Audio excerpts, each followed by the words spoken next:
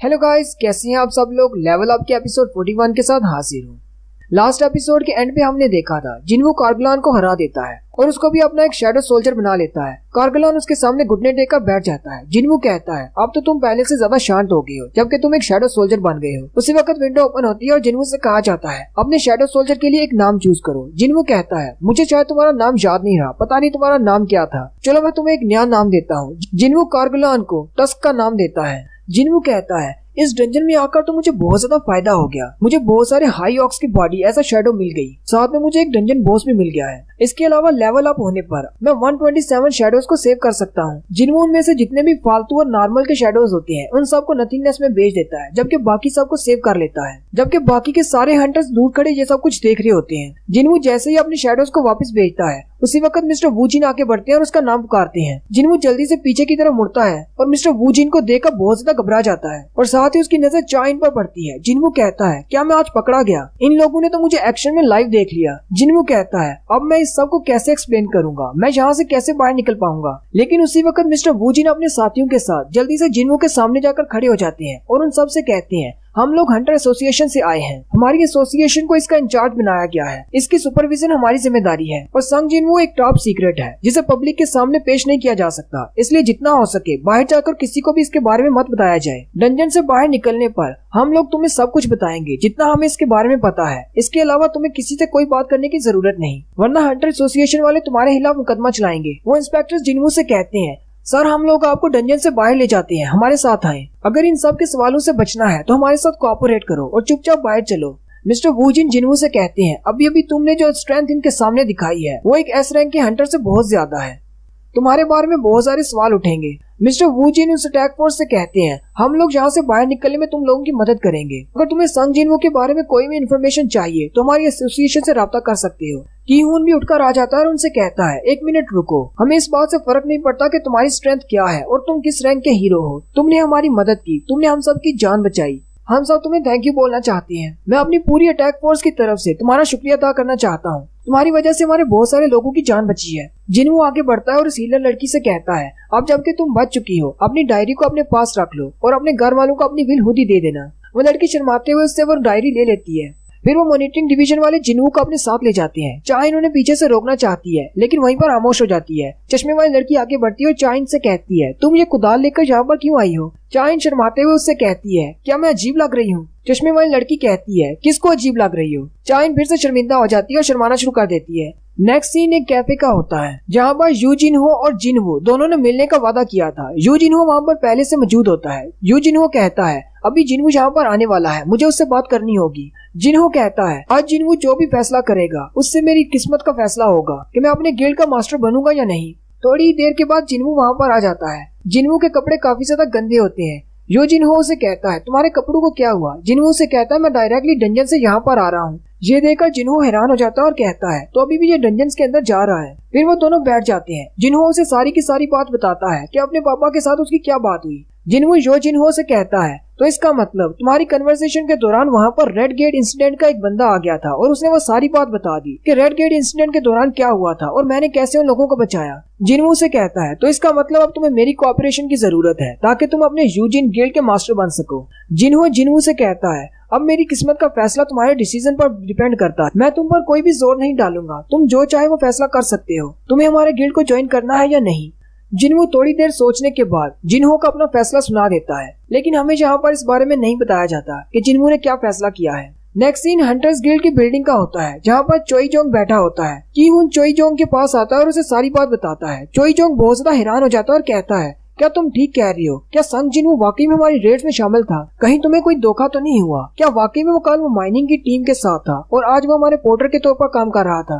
कीहून चोई जोंग से कहता है मुझे नहीं पता कि उसका मकसद क्या था लेकिन उसने जरा भी इंटरफियर नहीं किया हमारी रेड्स के दौरान, लेकिन जब हमारी जान पर बन आई तो उसे अपने आप को जाहिर करना पड़ा। वो बॉस बहुत ज्यादा पावरफुल था और हमारी अटैक फोर्स उसको हैंडल नहीं कर सकती थी। जिन्वो को लगा होगा कि हम सब लोग मरने वाले हैं, इसीलिए उसने अपनी पावर्स को हमारे सामने शो किया और हमारी जान बचाई। चोई जोंग उसे कहता है व्हाइट टाइगर वाले भी उसकी हेल्प रिसीव कर चुके हैं और अब उसने हमारी भी मदद कर दी, सिचुएशन बहुत ज्यादा बदल चुकी है। चोई जोंग कहता है वो एक असैसिन टाइप हंटर है लेकिन बहुत सारे समन्स क्रीचर्स भी बुला सकता है और उसके पास एक स्पेशल एबिलिटी है कि वो डेड मॉन्स्टर्स को भी अपने लिए शैडो सोल्जर्स बना सकता है। चोई जोंग कहता है ये एबिलिटीज तो हम लोगों ने कंफर्म कर ली है कि ये हम लोगों ने देखी है, लेकिन इसके अलावा उसके पास पता नहीं कौन कौन सी एबिलिटीज होंगी।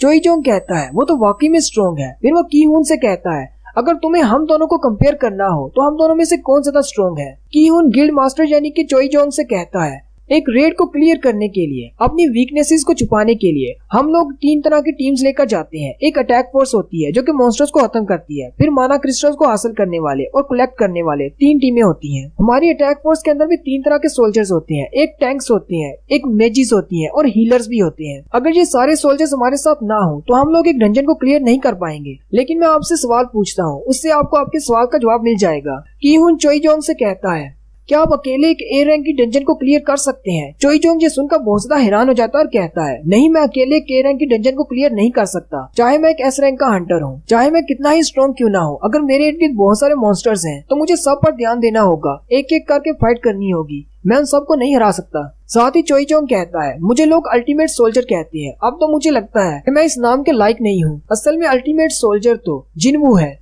की हुन गिल्ड मास्टर से कहता है मैं इस पोजीशन में नहीं हूँ कि आपसे रिक्वेस्ट कर सकूं, लेकिन मैं आपसे इतना जरूर कहना चाहूंगा अगर संग जिनवू को किसी गिल्ड को ज्वाइन करना है तो मैं चाहता हूँ आप उसे हमारे गिल्ड में ले आएं।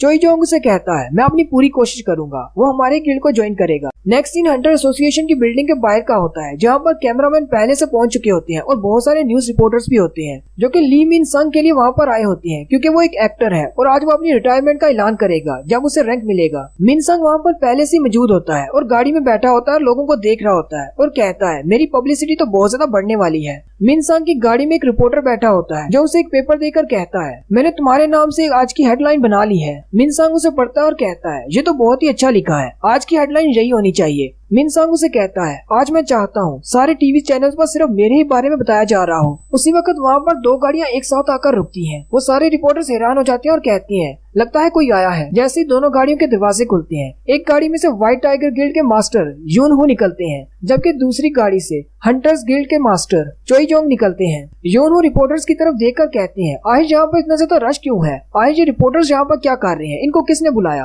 वो सारे रिपोर्टर्स उनकी पिक्चर्स लेना शुरू कर देते हैं और उनसे सवाल पूछते हैं क्या आप लोग यहाँ पर मिन संग को रिक्रूट करने के लिए आए हैं, आप लोगों को क्या लगता है ली मिन संग का रैंक कौन सा होगा, आप लोगों को इस बारे में क्या कहना है कि वो अपनी शोबिस की दुनिया को छोड़कर एक हंटर बनने वाला है। वो रिपोर्टर्स यून हू से कहते हैं इस बारे में कुछ तो कमेंट करें। यून हू उनसे कहता है मैं नहीं जानता ये ली मिन संग कौन है, मुझे और कोई भी कमेंट नहीं करना। यही सवाल वो चोई जोंग से पूछते हैं। चोई जोंग रिपोर्टर्स से कहते हैं अगर तुम लोगों को नहीं पता तो मैं तुम लोगों को बता दूं, मिन संग ने पहले रीपर गिल्ड के साथ एक कॉन्ट्रैक्ट कर लिया हुआ है और हम लोग यहाँ पर मिन संग के लिए नहीं आए। ये बात सुनते ही वो सारे रिपोर्टर्स बहुत ज्यादा डिसअपॉइंटेड हो जाते हैं और कहते हैं हमें तो लगा था ये एक बड़ी खबर बनने वाली है। यून हू चोई जोंग से कहते हैं मैंने सुना है जिनवू ने तुम्हारे अटैक फोर्स को भी बचाया है। चोई जोंग यून हू से कहते हैं लेकिन हमारी अटैक फोर्स डंजन से जिंदा बाहर आई, तुम लोगों ने तो अपने बहुत सारे लोगों को खो दिया था। ये बात सुनकर यून हू बहुत ज्यादा गुस्सा हो जाती है। यून हू उससे कहते हैं चाहे जो भी हो हम दोनों ने उससे मदद ली है और वो वाकई में बहुत ज्यादा पावरफुल है। चोई जोंग उसे कहता है हाँ तुम बिल्कुल ठीक कह रहे हो, अगर वो उस दिन हमारी मदद नहीं करता हमारी अटैक फोर्स मुकम्मल तौर पर वाइप आउट हो जाती। और यहीं पर वो दोनों आपस में लड़ना शुरू कर देते हैं। चोई जोंग कहता है उसे मेरे गिल्ड में होना चाहिए, मैं उसे अपने गिल्ड में लेने के लिए आया हूँ। यून हू उसे कहता है उस रेड गेट के वाकया में मेरे बहुत सारे हंटर्स मारे गए, मेरे गिल्ड को इस हंटर की बहुत ज्यादा जरूरत है, तुम्हारे पास तो पहले से ही 2 एस रैंक के हंटर्स हैं। वो दोनों अभी वहीं पर बातों में ही फाइट कर रहे होते हैं कि वहीं पर रीपर गिल्ड के मास्टर भी आ जाते हैं जो कि एक एस रैंक के हंटर है, उसका नाम लिम टाई है। लिम टाई उन दोनों से कहता है तुम दोनों यहाँ पर किस बारे में फाइट कर रहे हो, कहीं तुम लोग मिन संग को लेकर फाइट तो नहीं कर रहे। उसकी बात सुनकर वो दोनों ही गुस्सा हो जाते हैं और कहते हैं अपनी बकवास बंद करो, हमें तुम्हारे ली मिन निंग्स या जो भी उसका नाम है हमें उससे क्या लेना देना।